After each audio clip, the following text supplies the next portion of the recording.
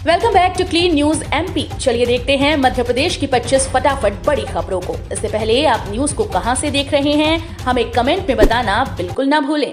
साथ ही हमारे Facebook page को भी फॉलो करें। फेसबुक पेज का लिंक डिस्क्रिप्शन में दिया गया है। प्राथमिक और माध्यमिक स्कूल के लिए 14,000 शिक्षक नियुक्त करेगी सरकार। मध्य प्रदेश के सरकारी स्कूल्स में पढ़ाई की स्थिति सुधारने के लिए राज्य सरकार प्राइमरी और मिडिल स्कूल्स में 14,000 शिक्षक नियुक्त करेगी। ये पद शिक्षक पात्रता परीक्षा 2018 में उत्तीर्ण अभ्यर्थियों से भरे जाएंगे। स्कूल शिक्षा विभाग ने इसकी तैयारियां शुरू कर दी हैं। इसके लिए पात्रता परीक्षा परिणाम की वैधता अवधि अक्टूबर 2022 तक बढ़ा दी गई है। जरूरत पड़ने पर इसे और भी बढ़ाया जा सकता है। आजीपीवी की परीक्षाएं शुरू। प्रदेश भर के 51,000 विद्यार्थी हुए हैं शामिल।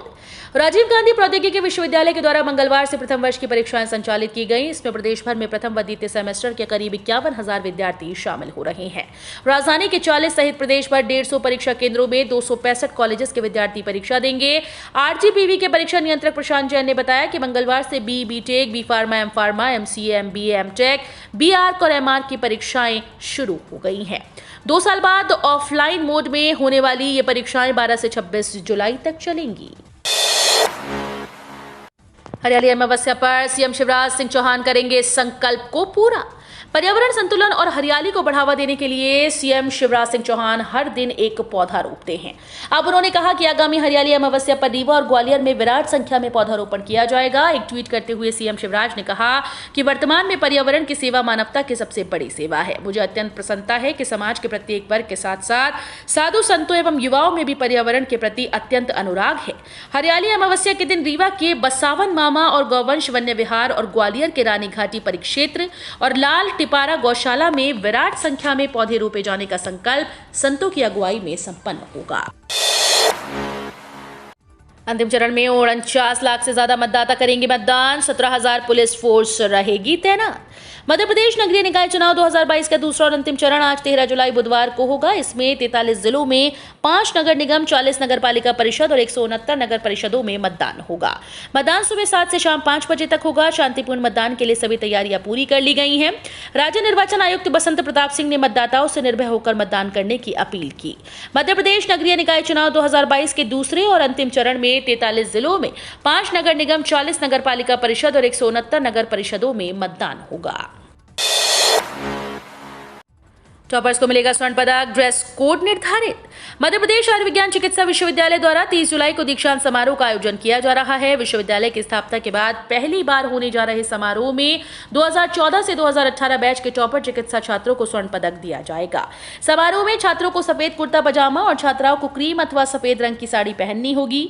गोल्डन ब्राउन जैकेट, पीला स्कार्फ और पीले रंग की पगड़ी को भी पहनने के निर्देश दिए गए हैं। नगरीय निकाय और पंचायत चुनाव के कारण 1 महीने से ठप जन सुनवाई मतगणना के बाद ही हो पाएगी शुरू। नगर निगम, अन्य नगरीय निकाय और पंचायत चुनाव के कारण कलेक्टर कार्यालय में हर मंगलवार को होने वाली साप्ताहिक जन सुनवाई 1 महीने से अधिक समय से ठप है। पहले पंचायत चुनाव की आदर्श आचार संहिता के कारण जन सुनवाई को ग्रामीण क्षेत्र के लिए बंद किया गया। इसके बाद नगर निगम चुनाव की घोषणा के बाद नगरीय क्षेत्र की जन सुनवाई पर भी रोक लगा दी गई। अधिकारियों का कहना है कि अब दोनों चुनाव की मतगणना और परिणामों की घोषणा के बाद ही जन सुनवाई शुरू की जाएगी। सीएम शिवराज सिंह चौहान को ठंडी चाय परोसने का मामला गरमाया। पहले नोटिस जारी, फिर निरस्त। मध्य प्रदेश के मुख्यमंत्री शिवराज सिंह चौहान के छतरपुर जिले के खजुराहो प्रवास के दौरान ठंडी चाय परोसना एक अधिकारी के लिए महंगा पड़ गया। उसे कारण बताओ नोटिस जारी किया गया। कांग्रेस ने इस पर चुटकी ली। वहीं अनुविभागीय अधिकारी मुख्यमंत्री को ठंडी चाय दिए जाने की बात से इनकार कर रहे हैं। मामला 11 जुलाई का है, जब मुख्यमंत्री खजुराहो हवाई अड्डे पर ट्रांजिट विजिट के लिए कुछ देर के लिए रुके थे। वहीं कांग्रेस के मुताबिक मीडिया में यह मामला आने के बाद कलेक्टर ने इन नोटिस को निरस्त कर दिया है। मध्य प्रदेश स्टूडेंट यूनियन ने मेडिकल विश्वविद्यालय के अधिकारियों पर लगाए पेपर लीक करने के आरोप। मध्य प्रदेश स्टूडेंट यूनियन ने मेडिकल विश्वविद्यालय में पदस्थ परीक्षा नियंत्रक, सहायक कुल सचिव और एसोसिएट प्रोफेसर पर गंभीर आरोप लगाए। छात्रों के आरोप है कि सहायक कुल सचिव, परीक्षा कंट्रोलर और मॉडरेटर निधि श्रीवास्तव ने गोपनीय पेपर को लीक किया है। यूनियन ने इसकी शिकायत प्रभारी कुल सचिव बी चंद्रशेखर से की। मध्य प्रदेश स्टूडेंट यूनियन ने मेडिकल विश्वविद्यालय में पदस्थ अधिकारियों पर आरोप लगाते हुए कहा कि बीते 10 जून 2022 को BAMS के एनाटॉमी विषय का पेपर सुबह 11 से 2 बजे दोपहर के बीच तक होना था, पर इस पेपर को परीक्षा नियंत्रक डॉक्टर सचिन कुचिया ने सहायक कुल सचिव के साथ मिलकर डॉक्टर निधि श्रीवास्तव से पेपर सेट करवाया और उसके बाद प्रश्न पत्र का मॉडरेशन भी नहीं करवाया। सिस्टम एक्टिव, 35 जिलों में गरज चमक के साथ भारी बारिश, बिजली का अलर्ट। मध्य प्रदेश में लगातार 3 दिनों से हो रही बारिश से नदी नाले उफान पर आ गए हैं। नसरुल्लागंज इंदौर हाईवे बंद हो गया है, सड़कें जलमग्न हो गई और कई जिलों के गांवों में बाढ़ की स्थिति बनती नजर आ रही है। वहीं बंगाल की खाड़ी में उड़ीसा पर जो कम दबाव बन रहा है, उससे 24 घंटे के अंदर फिर से भारी बारिश होने की संभावना है। एमपी मौसम विभाग ने 35 जिलों में भारी से अति भारी बारिश का ऑरेंज अलर्ट जारी कर दिया है। वहीं 5 संभागों और 4 जिलों में बिजली गिरने और चमकने की चेतावनी जारी की गई। नागरिक उड्डयन मंत्री ज्योतिरादित्य सिंधिया का बड़ा ऐलान, झारखंड में जल्द होंगे 5 एयरपोर्ट। प्रधानमंत्री नरेंद्र मोदी मंगलवार को झारखंड के देवघर पहुंचे। यहां देवघर एयरपोर्ट पर उद्घाटन के बाद अब ये एयरपोर्ट गुलजार होने वाला है। देवघर एयरपोर्ट से उड़ानें शुरू होने के बाद देश के बाहर भी 25 देशों से कनेक्टिविटी बढ़ेगी। पीएम मोदी के साथ देवघर पहुंचे नागरिक उड्डयन मंत्री ज्योतिरादित्य सिंधिया ने यहां बड़ा ऐलान किया है। केंद्रीय मंत्री ने बताया कि झारखंड में अब जल्द ही 5 एयरपोर्ट होंगे। ज्योतिरादित्य सिंधिया ने बताया कि बोकारो, दुमका और जमशेदपुर में भी एयरपोर्ट बनेगा। ज्योतिरादित्य सिंधिया ने कहा कि देवघर एयरपोर्ट के उद्घाटन के बाद यहां लाखों लोगों के सपने पूरे हो गए हैं। निर्णायक मोड़ पर उमा भारती का राजनीतिक भविष्य और मध्य प्रदेश में शराबबंदी आंदोलन। मध्य प्रदेश में शराबबंदी सामाजिक मुद्दे से राजनीतिक मसले की ओर खिसकता दिखाई दे रहा है। इस मुद्दे पर लगातार अपनी ही सरकार को घेरती रही पूर्व मुख्यमंत्री उमा भारती अब भाजपा के केंद्रीय नेतृत्व के सामने भी पहुंच गई हैं। रक्षाबंधन से महिलाओं के साथ सड़क पर उतरकर शराबबंदी के लिए आंदोलन की उनकी घोषणा के राजनीतिक मायने भी निकाले जा रहे हैं। आईआईटी इंदौर ने शोध में पता लगाया, ईबीवी से हो सकता है मस्तिष्क का कैंसर। भारतीय प्रौद्योगिकी संस्थान इंदौर के एक शोध में पता लगा है कि कैंसर पैदा करने वाला एप्स्टीन बार वायरस न्यूरोनल कोशिकाओं को संक्रमित कर सकता है। ये फैटी एसिड, कार्बोहाइड्रेट और प्रोटीन घटकों जैसे बायोमोलिक्यूल्स में विभिन्न परिवर्तन कर सकता है। इससे केंद्रीय तंत्रिका तंत्र के साथ साथ मस्तिष्क कैंसर के रोग भी हो सकते हैं। मध्य प्रदेश सरकार ने नगर निगम कमिश्नर के लिए आईएएस संवर्ग में मांगे पद। आईपीएस के बाद अब प्रदेश में आईएएस संवर्ग का पुनरीक्षण होना है। इसके लिए सामान्य प्रशासन विभाग केंद्र सरकार को प्रस्ताव भेज चुका है।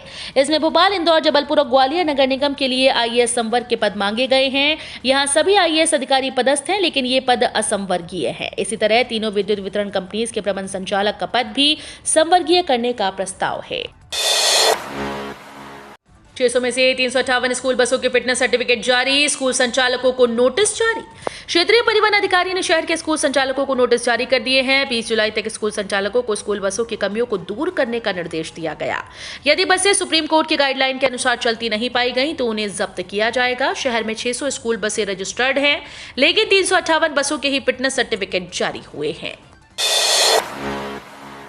10वीं 12वीं टर्म 2 परीक्षा रिजल्ट पर बड़ी अपडेट। मूल्यांकन अंक वेटेज पर बड़ी अपडेट जुलाई अंत तक जारी होंगे।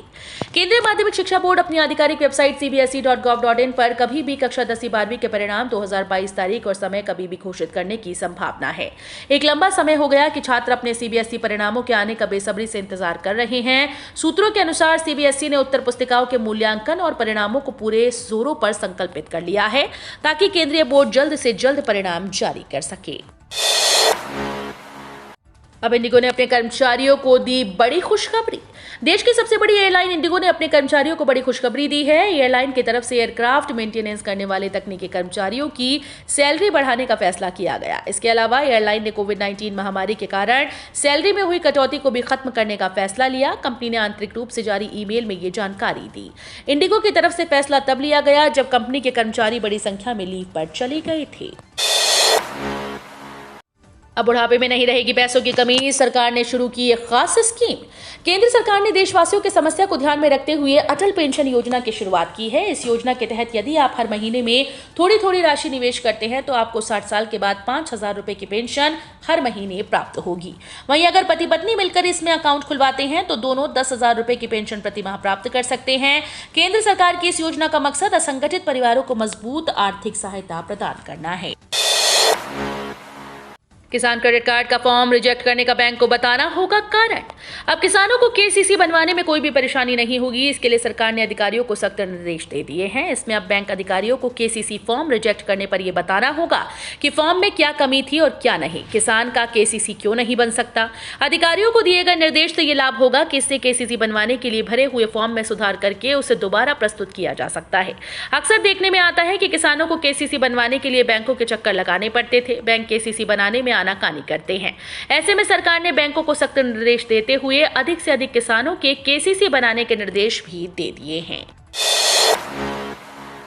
एकीकृत शालाओं में खाली पदों पर अतिथि शिक्षकों की नियुक्ति होगी। प्रदेश के 1 से 12वीं तक के एकीकृत शालाओं में शिक्षकों के खाली पदों पर अतिथि शिक्षकों की भर्ती की जाएगी। लोक शिक्षण संचालनालय मध्य प्रदेश ने सभी एकीकृत शालाओं में शिक्षकों के समायोजन का आदेश जारी कर दिया है। निर्देश स्पष्ट किया गया है कि कक्षा 11 और 12 के व्याख्याता उच्च माध्यमिक शिक्षक की कक्षा 6वीं से लेकर 10वीं तक के बच्चों को पढ़ाएंगे। इसके बाद यदि कोई स्थान रिक्त रह जाता है तब अतिथि शिक्षकों की भर्ती की जाएगी। रेलवे की बड़ी तैयारी, अब इंजनों पर भी दिखेंगे विज्ञापन। WCR से शुरुआत। रेलवे ने अपनी आमदनी बढ़ाने के लिए नई योजना शुरू की है। भारतीय रेलवे अब ट्रेन के इंजन पर विज्ञापन भी करेगा। रेलवे ने इसकी शुरुआत भी कर दी है। ये शुरुआत हुई है पश्चिम मध्य रेलवे WCR से। कटनी जंक्शन में खड़े इंजनों के माध्यम से प्रतिवर्ष 10 लाख रुपए की आमदनी रेलवे को होगी। शुरुआत में रेलवे ने विज्ञापन के लिए 5 लोगों से शुरुआत की। आपको बता दें कि अपनी कमाई को बढ़ाने के कवायद में पश्चिम मध्य रेलवे अब विज्ञापन के जरिए आमदनी तलाश रहा है। शुरुआती दौर में न्यू कटनी जंक्शन में चल रहे 5 इलेक्ट्रिक इंजनों को विज्ञापन प्रदर्शित करने के लिए चुना गया। इससे रेलवे को प्रति लोकोमोटिव के हिसाब से 2 लाख रुपए की दर से तकरीबन 10 लाख रुपए की आय प्राप्त होगी। भाजपा ने सड़कों पर गड्ढे, महंगा हाउस टैक्स, बिजली बिल और भ्रष्टाचार के अलावा कुछ नहीं दिया। मध्य प्रदेश कांग्रेस कमेटी के अध्यक्ष पूर्व मुख्यमंत्री कमलनाथ ने आज 13 जुलाई को प्रदेश में दूसरे चरण के मतदान से पहले एक बयान जारी कर प्रदेश की जनता से अपील की है। उन्होंने कहा कि मध्य प्रदेश की जनता नगर निकाय चुनाव के दूसरे चरण में आज 13 जुलाई को अपना मूल्य मतदान करेगी। इस मतदान से केंद्र की सरकार नहीं बननी, राज्य की सरकार नहीं बननी, लेकिन आपके नगर की सरकार बनती है।